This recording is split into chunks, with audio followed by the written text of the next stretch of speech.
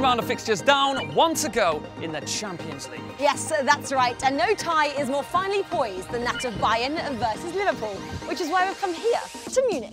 As Jurgen Klopp prepares to return to the home of his former Bundesliga rivals, we have a chat with a man who enjoyed a 7-year spell at the stadium behind us. And we'll also be hearing from our journalists across the continent, and we'll give our guests the chance to beat this man in between the sticks. A daunting task indeed. But first, since we've come all the way to Munich, we might as well take a look around. It's montage time!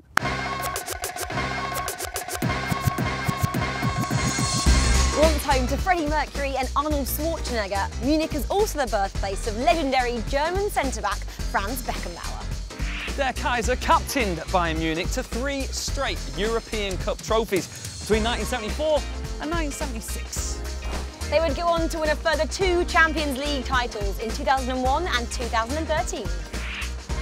Making them the 3rd most successful club in the competition's history. Clubs from Munich have also won more than a quarter of all German top-flight trophies. Bayern with 28, 1860 with 1.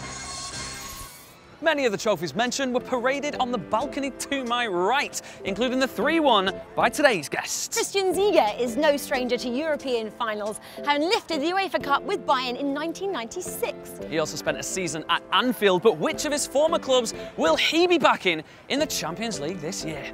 Let's go find out.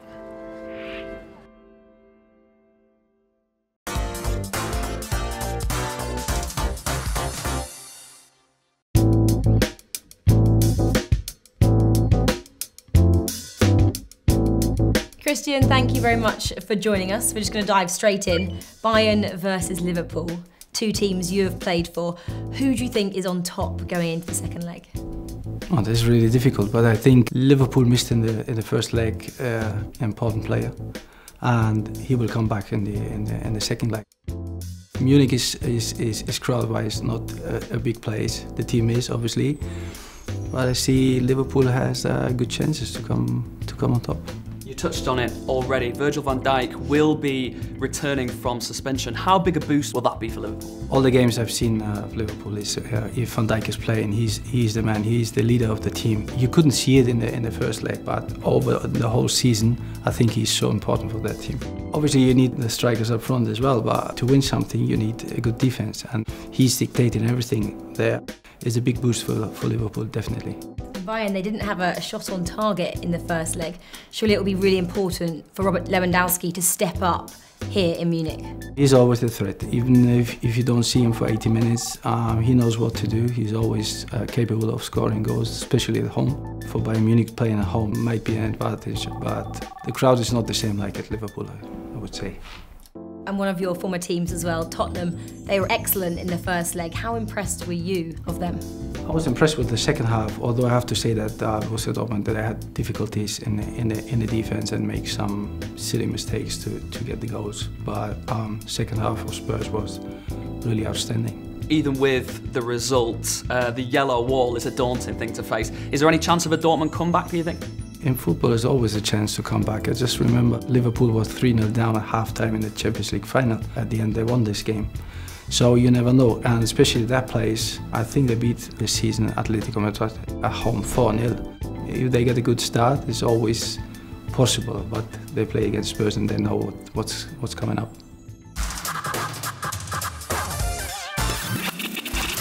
Christian, can we take you back to 1996, the UEFA Cup final? You played every minute of the 2 legs in that 5-1 win over Bordeaux.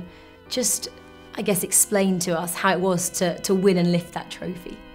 We were talking before the first leg about one player at Bordeaux, and that was Zinedine Zidane, and he was still a young player, and everybody in our coaching staff was saying that we have to keep an eye on him because he's really, really strong, and he was.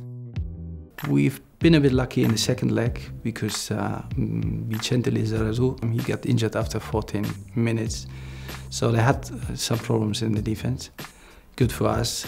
But I like to play against the strongest team and win. Obviously, to lift the trophy, I remember what happens afterwards because we won on Wednesday night.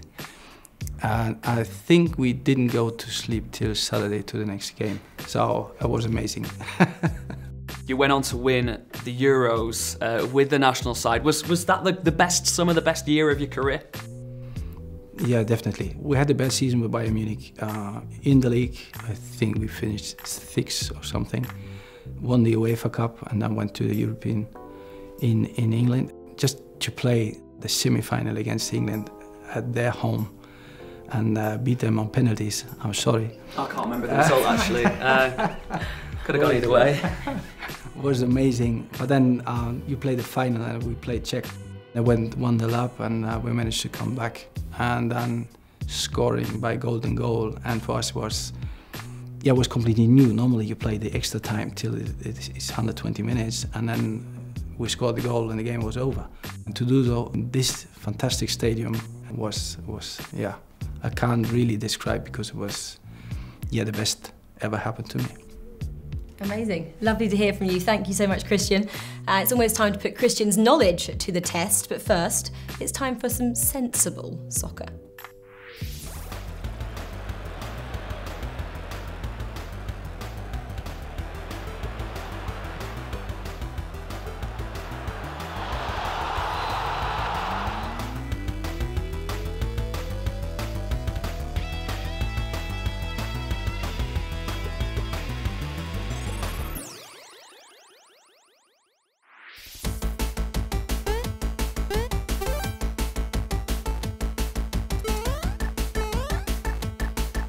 Hi Christian, Duncan Alexander from Opta here. We all know that you were a set-piece specialist, but can you handle the pressure of 5 questions from our stats archive? Well, that was our Opta stat guru, Duncan Alexander. He's going to ask you 5 questions. We can give you a clue to just one of them, and the score to match is 5 out of 5 by Henrik Larsson. Along with you, Liverpool have had 2 other players called Christian to play for them in the Premier League era. But who are they? No clue. No clue at all. The answer is Benteke and Poulsen. Your last 2 goals in the Premier League both came from direct free kicks. But who did you score them against? Can't remember. Must have been Arsenal. And one more. Can't remember. West Brom. West Bromwich Albion. Your final Champions League appearance for Bayern saw them unfortunately concede 5 goals, something they haven't done in a European game since. Who handed out the beating that day? I remember a lot of players in this team. So it was Ajax Amsterdam, fantastic team, young lads, unbelievable. The last player to directly assist you in the Premier League is also the oldest player to ever score in the Premier League and an Englishman that you faced in the semi-final at Euro '96. Who is it? I go for Teddy Sheringham. Teddy Sheringham it is. And our final question. And finally, you are one of only 3 players in Premier League history to collect 2 red cards in the space of 4 days or less. The other 2 players to do it are both very famous and French. Can you name either one of them? This must be Eric Cantona. Eric Cantona, ladies and gentlemen. He scored 3, second on our leaderboard out of 2. Not bad at all, really, to be fair. Take that out. It's okay. Now we're about to see if the man to our right is still a set-piece specialist, but first, let's hear from our goal journalists from across the continent in Euro Express.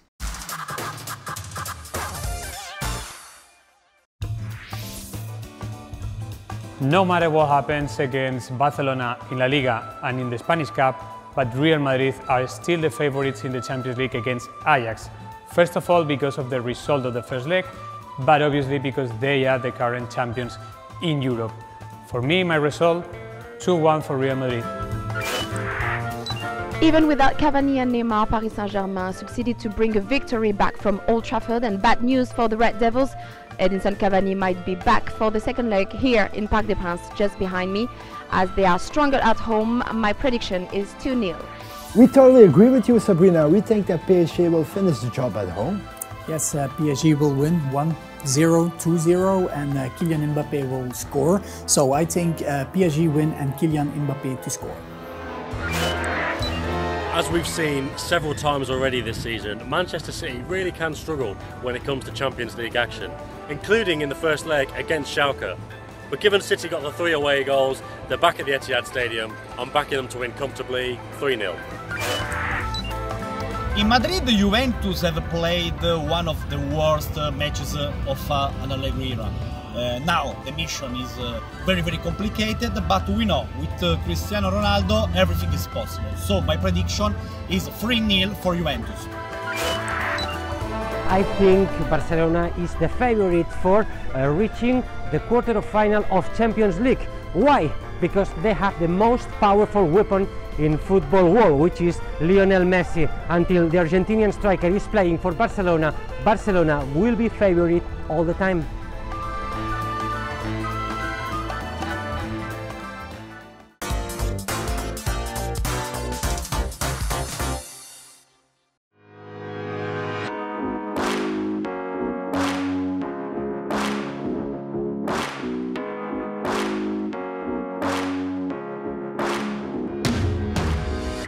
Christian, you're known as a set-piece specialist. 5 penalties against that man there. Are you feeling confident?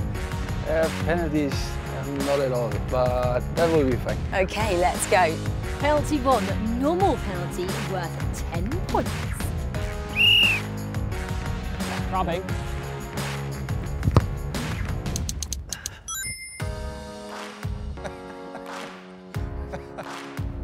You have to move. I know. Penalty 2, wrong foot worth 20 points. Ready? Ooh.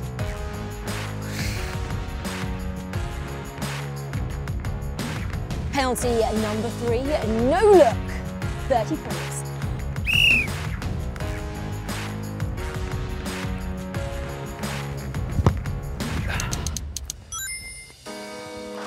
I tried to commit. Penalty number 4, the Rabona, 40 points up for grabs. I believe in you, Ziege. Woo! Good save. Penalty number 5, the blindfolded penalty worth 50 points. Here you are.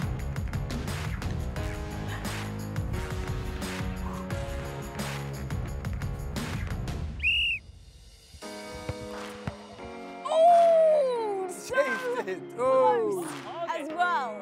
40 points there. Fine effort indeed. Not too bad from you, Johnny. I saved a couple against a German legend of football. That score does put you second on our leaderboard, so well done for that. And that does mean that you have to do 40 press-ups. Christian, were you happy with that? Yeah, I'm more than happy, yeah. Great, thought so. Thank you so much for being a great sport on the show today. And while he finishes his 40 press-ups, here's what to look forward to over the next 14 days. I think I've done it already. No, keep going. This week, Tottenham and Roma will look to protect their first leg leads on the road in Dortmund and Porto. Defending champions Real Madrid welcome Ajax with a narrow 2-1 advantage, and Manchester United travelled to the Parc des Princes with a mountain to climb. A week later, Juventus tried to turn the tables on Atletico in Turin. Man City welcome a shell-shocked Schalke, and Barca and Bayern will hope home advantage helps them break the deadlock against Lyon and Liverpool respectively. In the Europa League round of 16, Arsenal make the short trip to Rennes, while 3 other favourites have home ties as Sevilla take on Slavia Prague, Chelsea face Kiev and Napoli welcome Salzburg.